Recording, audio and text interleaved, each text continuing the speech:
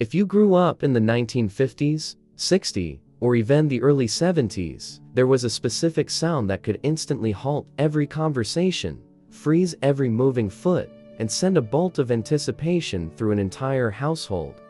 It wasn't a digital chime or a polite pocket vibration. It was the loud, unmistakable, metallic ring of a heavy telephone sitting on a dedicated table in the hallway or the living room. It was a sound that demanded your absolute attention. But back then, answering that ring wasn't as simple as picking up the receiver and saying hello. Before you lifted that heavy black or pastel-colored Bakelite plastic to your ear, you had to ask yourself a very important question.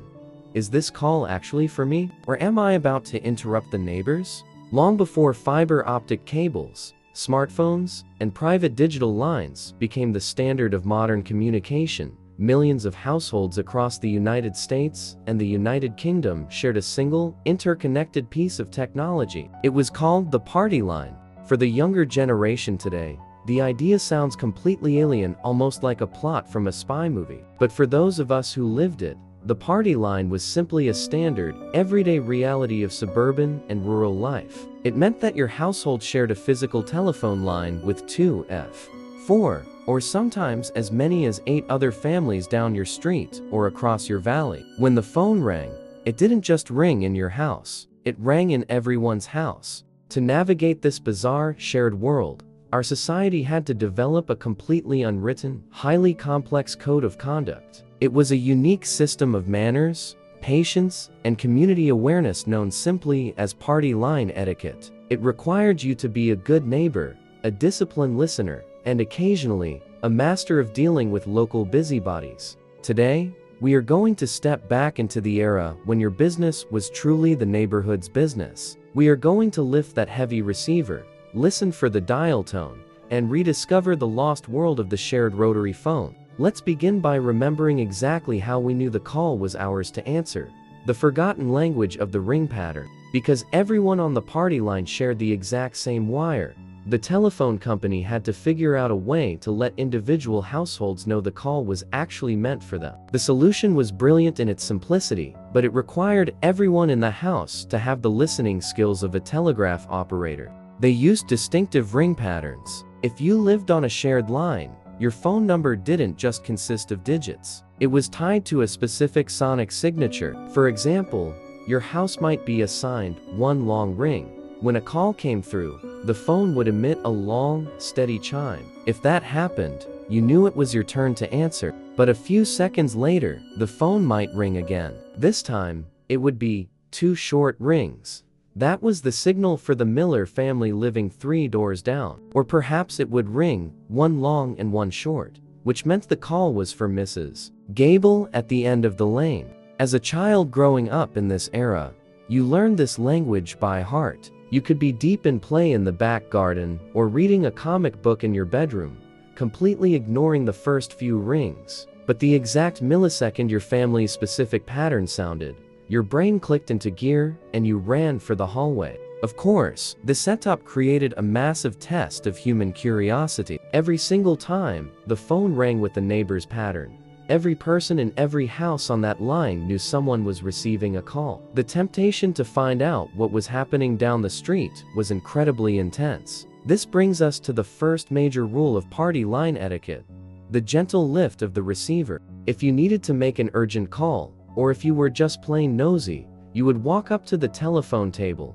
reach out, and lift the heavy handset off its cradle. But you didn't just start dialing. You had to do it with absolute, secret agent silence. You slowly lifted the earpiece to your ear, holding your breath, listening intently to the line. If you heard a clear, rhythmic, buzzing hiss, the glorious dial tone, the line was free, and you were clear to place your call. But more often than not, you didn't hear a dial tone. Instead, you would drop right into the middle of an ongoing conversation. You might hear Mrs. Higgins talking about her prize-winning tomatoes, or a local teenager whispering quietly to their sweetheart. At that exact moment, your true character as a neighbor was put to the test. Etiquette demanded that you immediately, and with equal silence, place the receiver back down on the cradle and try again later. But human nature being what it is, not everyone followed the rules. While the official telephone company manuals preached the virtues of privacy and respect, the reality on the ground was often quite different. In almost every neighborhood, there was at least one person who viewed the shared party line not as a technological limitation, but as a source of free, daily entertainment. In the United States, these local gossips were colorfully known as rubberneckers. In the United Kingdom, they were simply called the neighborhood busybodies. The art of eavesdropping on a party line acquired a steady hand in a completely silent house. If you were a rubbernecker, the moment you heard a neighbor's ring pattern, you would sneak over to the telephone table like a cat stalking its prey. You had to lift the receiver with agonizing slowness. If you lifted it too quickly, the physical mechanism inside the cradle would make a distinct, sharp clunk or a metallic click on the line, instantly alerting the speakers that someone was listening in. But even the most experienced eavesdroppers could be betrayed by their own environment. If you didn't cover the mouthpiece with your palm, the microphone would pick up the background sounds of your own home. An ongoing conversation between two neighbors would suddenly be interrupted by the loud, rhythmic ticking of a grandfather clock, the frantic barking of a family dog, the sizzling of onions in a kitchen frying pan, or the distinct heavy breathing of someone trying desperately to stay silent. When this happened, the neighbors on the line didn't just ignore it. They would stop their conversation entirely. A stern voice would bark down the line, "Alice, I know that's you. I can hear your tea kettle whistling. Please hang up the phone." Caught red-handed, the embarrassed eavesdropper would quickly slam the receiver down, only for the entire neighborhood to discuss their nosy behavior for the rest of the week. Sharing a line meant accepting that your private life had an audience. If a local teenager was trying to build up the courage to ask a classmate to the school dance, or if a husband was discussing a private family matter, they always had to speak in a careful, guarded code. You never knew who was sitting silently in their own hallway with their ear pressed tightly to the Bakelite receiver, absorbing every single word. This complete lack of privacy required a deep level of community tolerance. But when patience were thin, or when someone legitimately needed to use the phone for an urgent matter, the polite etiquette of the party line quickly gave way to a much more direct, mechanical confrontation. Because the line was shared, there were inevitably moments when two strong-willed neighbors desperately wanted to use the telephone at the exact same time. This created a unique mid-century phenomenon known as the mechanical standoff. Imagine you had an important call to make. Perhaps you needed to contact your employer, check on an ailing relative, or book a doctor's appointment. You walk into the hallway, lift the heavy handset, and instead of a clear dial tone, you hear a neighbor casually chatting. You politely clear your throat, click the cradle buttons once or twice, and hang up. 10 minutes pass. You try again. They are still talking. When politeness failed, people began to use the rotary dial itself as a passive-aggressive weapon. You would lift the receiver, drop your finger into the slot for the number 0, pull it all the way to the metal finger, stop, and let it spin back.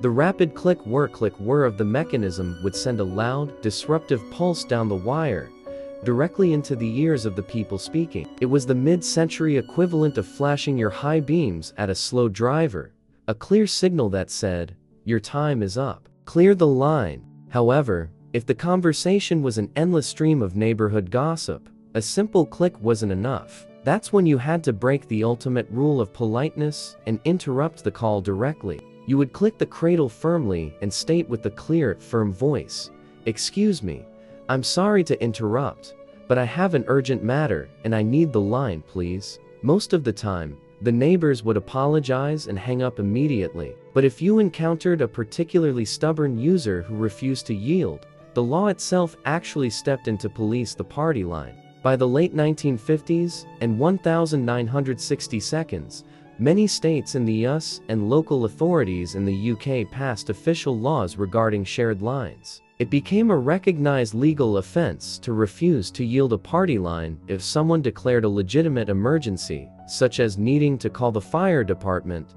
the police, or an ambulance. In fact, if you lied about having an emergency just to get a chatty neighbor off the line so you could gossip, you could actually be fined or face legal penalties. This delicate balance between neighborly cooperation and legal enforcement was the only thing keeping communities functioning smoothly. But as the years rolled on, the frantic pace of the modern world began to outgrow the slow, shared nature of the rotary phone, leading to an inevitable, bittersweet farewell to this entire way of life. By the time the late 1970s and early 1980s arrived, the landscape of communication was shifting rapidly beneath our feet. The telephone companies began laying thousands of miles of new underground cables, moving away from the old, overburdened overhead wires. One by one, neighborhoods were upgraded to what we now take for granted, the private, individual line. Almost overnight, the unique language of the ring patterns fell silent. The frantic dash to the hallway to count the rings was gone. You no longer had to lift the receiver with the stealth of a secret agent,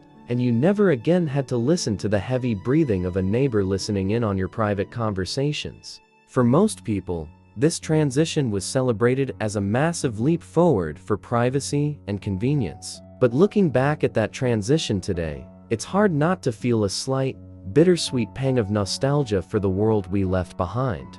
Sharing a party line was undoubtedly frustrating at times. It tested our patience, sparked neighborhood feuds, and practically eliminated any hope of keeping a secret. Yet, it also did something truly wonderful that modern technology has struggled to replicate.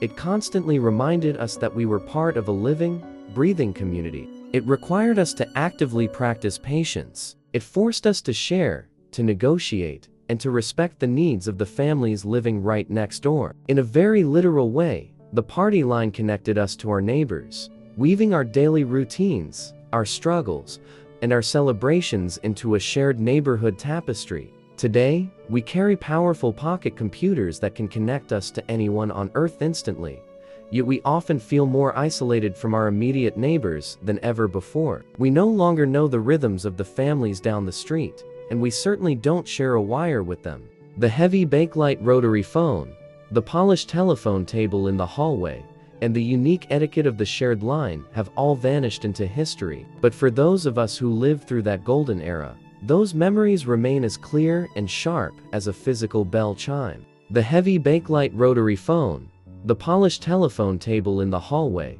and the unique etiquette of the shared line have all vanished into history. But for those of us who lived through that golden era, those memories remain as clear and sharp as a physical bell chime. We still remember the exact pattern of our family's ring, and we still smile thinking about the days when a simple telephone call was a true community adventure. Thank you for stepping back into the hallway with us today. If you remember the unique rules, the nosy neighbors, or the specific ring pattern of your childhood party line, please share your favorite stories in the comments below. We would absolutely love to reminisce with you. Until next time, cherish your memories, be a good neighbor, and take care.